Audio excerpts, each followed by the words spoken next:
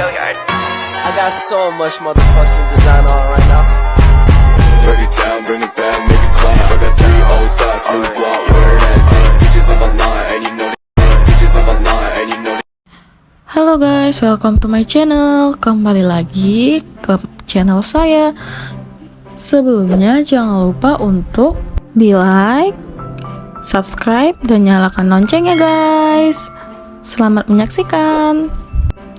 Langsung saja kita masuk ke materinya. Nah, di sini saya akan membawakan materi tentang pengantar teori bahasa dan otomata. Nah, mengapa kita harus belajar teori bahasa dan otomata? Sini. Agar kita bisa mempelajari pengolahan bahasa dan mempelajari sistem input-output pada suatu mesin yang berbasiskan matematik. Secara umum, tingkatan bahasa pemrograman ada 3, yaitu bahasa tingkat rendah, bahasa tingkat menengah, dan bahasa tingkat tinggi. Di sini, saya hanya ingin menjelaskan apa hubungan tingkatan bahasa pemrograman dengan teori bahasa dan otomata. Bahasa tingkat rendah itu contohnya bahasa mesin. Nah, kenapa sih bahasa mesin merupakan bahasa tingkat rendah? Karena bahasa mesin ini sangat susah atau bisa dibilang tidak mudah dipahami.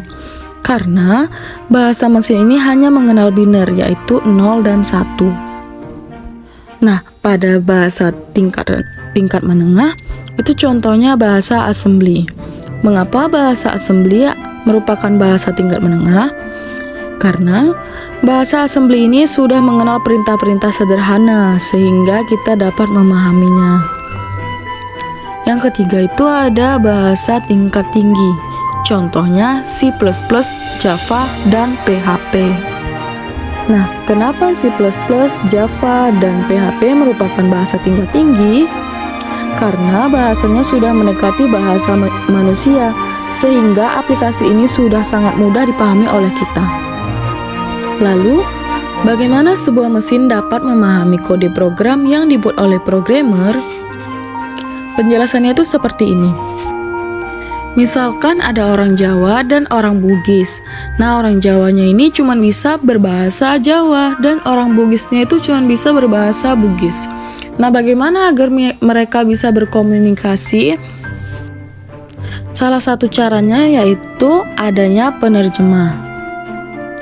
Nah, begitu juga pada pertanyaan ini, bagaimanakah sebuah mesin dapat memahami kode program yang dibuat oleh programmer? Jawabannya itu sama. Agar mereka bisa memahami bahasa mereka, maka diperlukan yaitu penerjemah.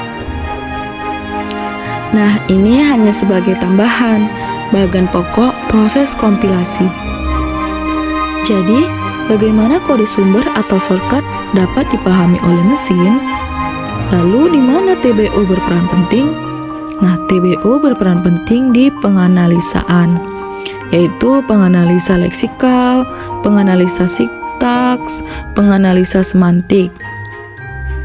Jadi, bagaimanakah pemrograman dapat memahami variabel, operator, keyword, atau juga apakah sintaks ini sudah benar atau salah? Nah, itulah hasil penerapan dari TBO. Jadi, kalau TBO tidak ada, maka bahasa pemrograman juga tidak ada. Pada bahasa dan otomata ini, penerapannya ada di teori, jadi dasarnya ada di bahasa dan otomata.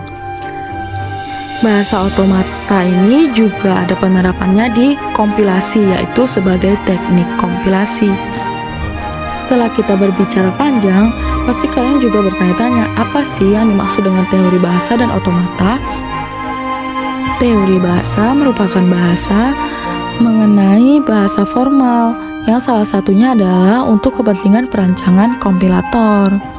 Nah, otomata merupakan mesin abstrak yang dapat mengenali, menerima, atau membangkitkan sebuah kalimat dalam bahasa tertentu. Nah, input di sini merupakan mesin otomata yang dianggap sebagai bahasa yang harus dikenali oleh mesin. Sedangkan mesin akan mengindikasikan apakah suatu bahasa dapat diterima atau tidak. Di sini ada 6 state. 6 state ini adalah yang bulat-bulat ini ya guys. Lalu ada initial state, yaitu state yang paling awal.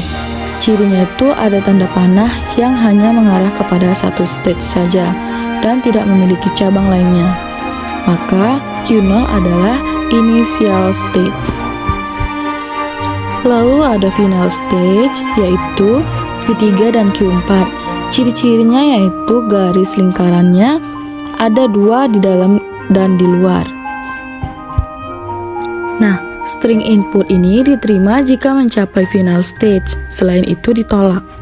Pembacaan simbol pertama dimulai dari initial stage. Dan yang terakhir itu ada perpindahan state berdasarkan simbol yang dibaca. Nah, perhatikan pada contoh berikut. Ada input string, yang pertama itu ADA. ADA itu dimulai dari Q0.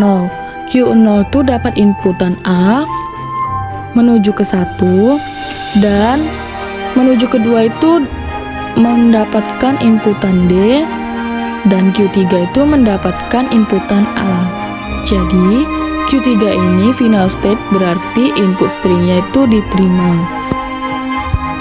Nah, yang kedua ada ADU. ADU itu dimulai dari inputan Q0 menuju Q1 ada inputannya A, lalu menuju Q1 ke Q2 itu D, dan Q2 ke Q4 ada inputannya U. Maka Q4 ini merupakan final state, maka string ADU diterima. Nah, inputan string yang terakhir itu ada ADD. ADD itu dimulai dari Q0 menuju Q1 inputannya A, Q1 menuju Q2 inputannya D, Q2 menuju Q5 inputannya D. Karena Q5 merupakan bukan final state, maka string ADD ditolak.